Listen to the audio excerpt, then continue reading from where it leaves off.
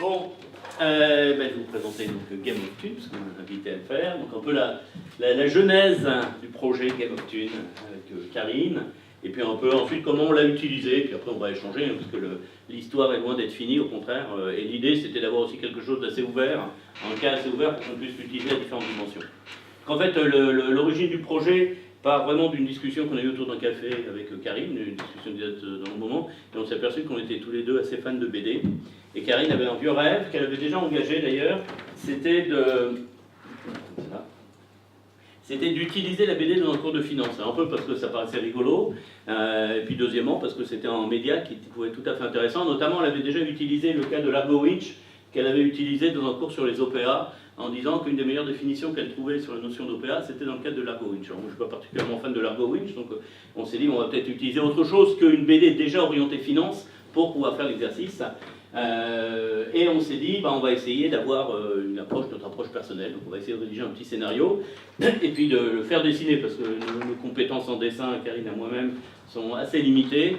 Et on s'est dit que si on devait faire un petit bonhomme bâton, ce serait quand même très difficilement exploitable pour les étudiants. Donc du coup, on a eu via Anne le contact avec un dessinateur, Jean-Claude, qu'on a rencontré, qui nous était d'une très très grande utilité. J'évoquerai son rôle au fur et à mesure des choses, parce qu'il y a un vrai travail de mise en forme qui est extrêmement important dans tout cet exercice-là. Donc du coup on est parti là-dessus, puis en réfléchissant on s'est dit allez, comment on pourrait appeler l'exercice. On a commencé à rédiger le scénar avec Karine, on a fait par jeu d'échange, j'avais pris la première plume, je lui ai basculé, elle a complété, corrigé, on est revenu en arrière, etc. Et on a voulu trouver un nom de code, et à un moment donné, vraiment autour d'un café, c'était autour d'une bière, en fait l'idée nous est venue d'appeler ça Game of Thune, qui nous a valu d'ailleurs un repérage international, puisque comme j'ai déjà évoqué, on a été identifié à Hollywood sur ce thème-là, puisqu'on a reçu une petite lettre des avocats représentants de la chaîne qui produit Game of Thrones, pour se plaindre qu'on n'avait pas le droit d'utiliser le nom Game of Thune, c'est trop référence à Game of Thrones. Ce à quoi l'école, parce que on avait déposé le nom, enfin l'école avait déposé le nom, et ce à quoi je pense, parce que je n'ai pas eu de retour, je pense qu'à un moment donné l'école leur a dit, écoutez, il ne faut pas exagérer non plus, ça suffit comme ça. Voilà. Donc du coup, le sens de l'exercice, c'était à la fois de créer un support de cours qui soit suffisamment large pour qu'on puisse l'utiliser dans différentes situations, mais on avait déjà quand même à l'esprit une idée très précise d'utilisation, notamment dans le cadre d'un cours que Karine anime dans le cadre de la majeure contrôle de gestion audit, qui est un cours sur la gouvernance. Donc le terme de gouvernance intègre à la fois des questions qui sont des questions financières, des questions organisationnelles, des questions juridiques, etc.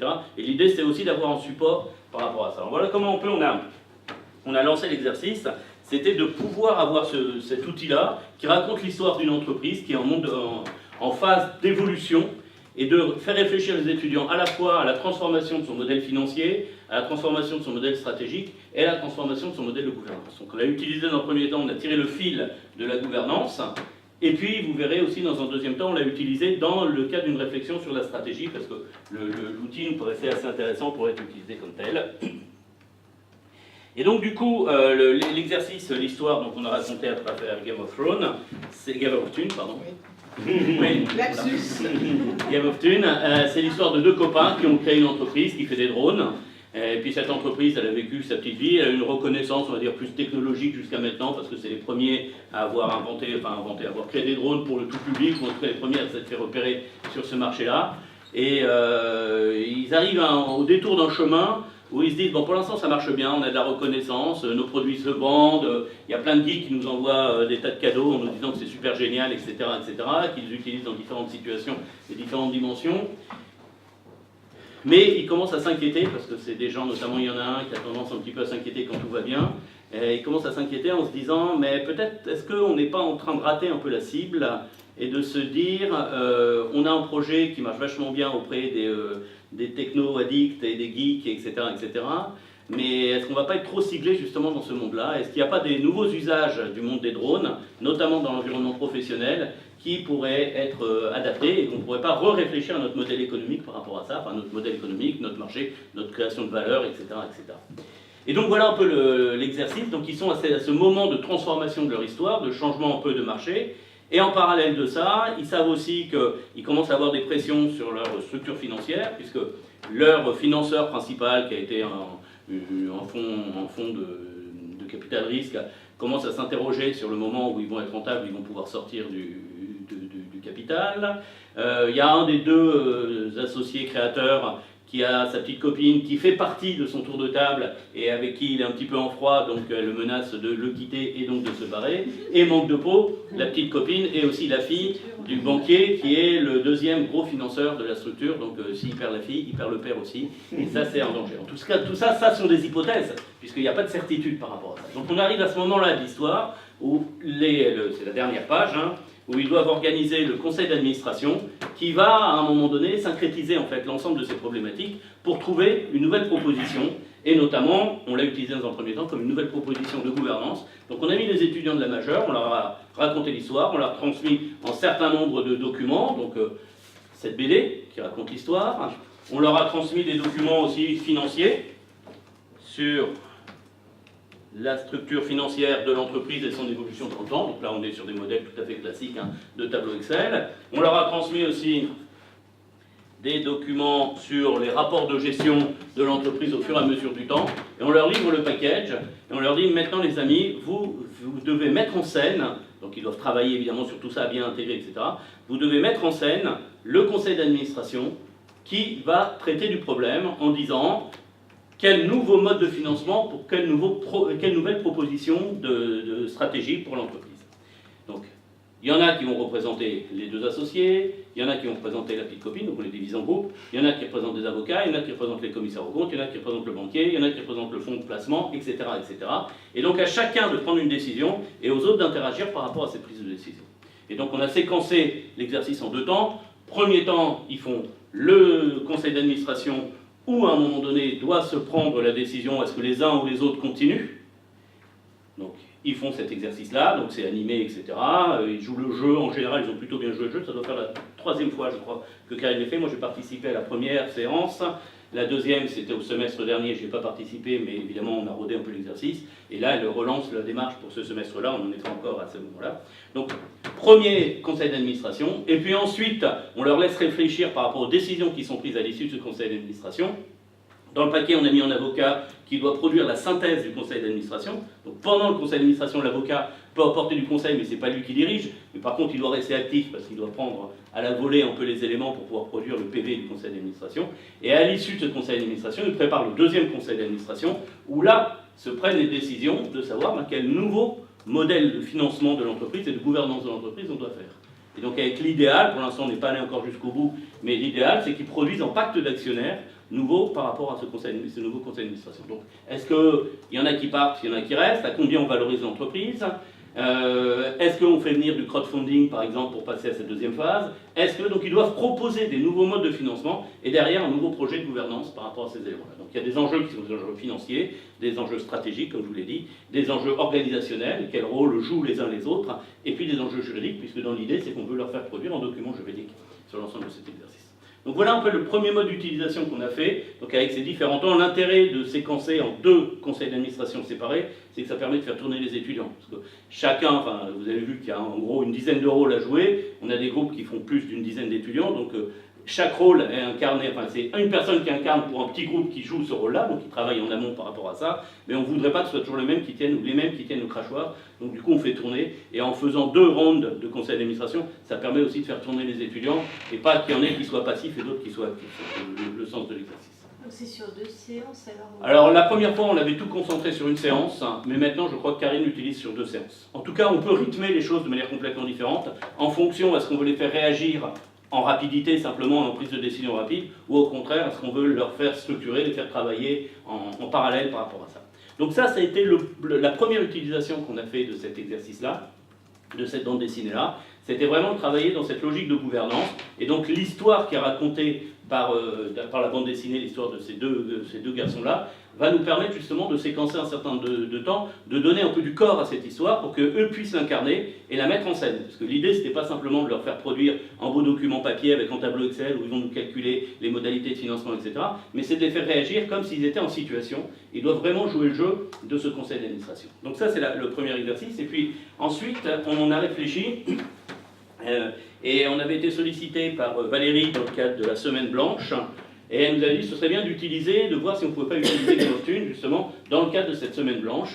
Et on l'a utilisé d'une autre manière, puisqu'en fait, l'histoire, comme je vous la raconte, elle peut se prolonger jusqu'à cet objectif un peu technique et juridico-financier. Mais on a aussi derrière une autre question qui est une question stratégique. C'est-à-dire de dire quel nouvel usage du drone et quelle nouvelle proposition de valeur pour le drone, par exemple, on peut faire. Donc du coup, on l'a utilisé dans le cadre de la semaine blanche. Et là, on était évidemment avec des étudiants qui étaient bien moins avancés techniquement sur le parcours. On était aussi avec des étudiants... Voilà. On était aussi avec des étudiants qui étaient de différents horizons, puisque je rappelle, dans la semaine blanche, on avait à la fois des étudiants d'Audencia, des étudiants de Centrale et des étudiants de l'école d'archi.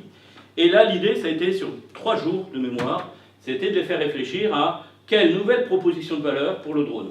Donc on leur raconte l'histoire, et là on s'est arrêté à mi-parcours dans l'histoire, puisqu'en fait les premières pages racontent juste l'émergence de l'idée, et les pages d'après racontent la problématique financière.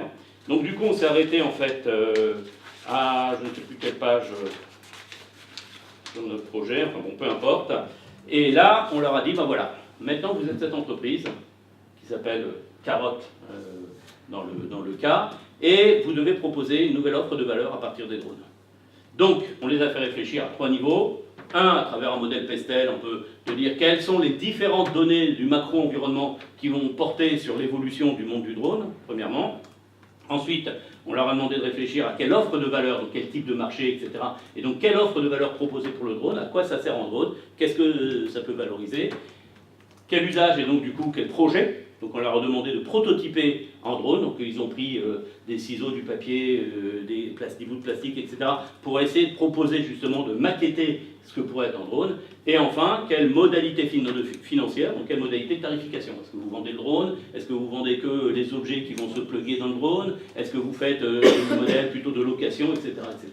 Et donc de définir l'ensemble de cette chaîne-là, et là de réfléchir juste sur... de réfléchir principalement avec un regard stratégique pour ensuite déduire les enjeux financiers derrière les questions stratégiques.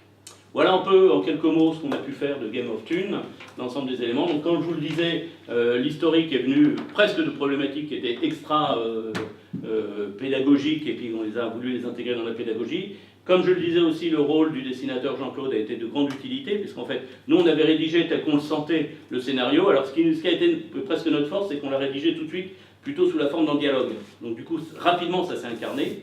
Et en fait, Jean-Claude nous a beaucoup aidé. Son travail, j'ai trouvé très intéressant, c'est pour ça que je le cite. Parce qu'en fait, il n'a pas du tout commencé par dessiner. Alors, il a commencé par dessiner un peu des bonshommes pour nous dire, voilà, est-ce que vous voulez plutôt ce type graphique ou ce type graphique, plutôt réaliste, plutôt gros nez, plutôt, etc., etc. Donc, on est tombé assez vite d'accord là-dessus.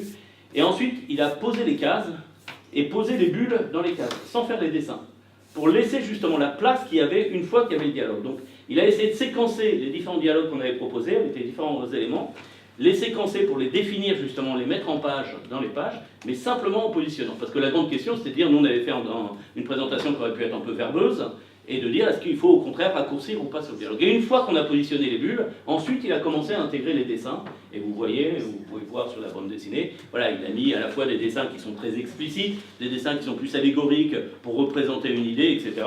On avait fait notamment, pour raconter les petites histoires entre les personnes, un jeu d'échange de mails, où ils échangent des mails avec leur financeur qui leur dit on me fout la pression, donc il faudrait que maintenant vous passiez à autre chose, vous me produisez tel document. Puis à la fin, on a le mail de la petite copine qui lui dit qu'elle se barre parce qu'elle a compris qu'il avait trompé dans le cadre d'un colloque où il avait présenté son entreprise, etc., etc. Enfin voilà, un ensemble d'enjeux qui sont des enjeux, on va dire, extra-financiers, mais qui s'intègrent complètement dans les principes. Donc voilà, pour résumer en quelques mots la démarche Game of Thune. Donc du coup, on l'a utilisé pour l'instant dans 2 dimensions, dans 2 dynamiques. Il n'est pas interdit de l'utiliser d'ailleurs dans d'autres dynamiques. L'idée, c'est pas de rester justement... Ce qu'on voulait, c'était avoir une histoire à raconter, une histoire qui puisse s'incarner à travers un format, enfin se construire à travers un format qui ne soit pas un format purement pédagogique, c'est-à-dire pas simplement on rédige, on raconte l'histoire sur un papier ou avec des PowerPoints. Ça, c'était vraiment l'enjeu premier de la démarche, mais quelque chose qu'on puisse adapter à différents niveaux.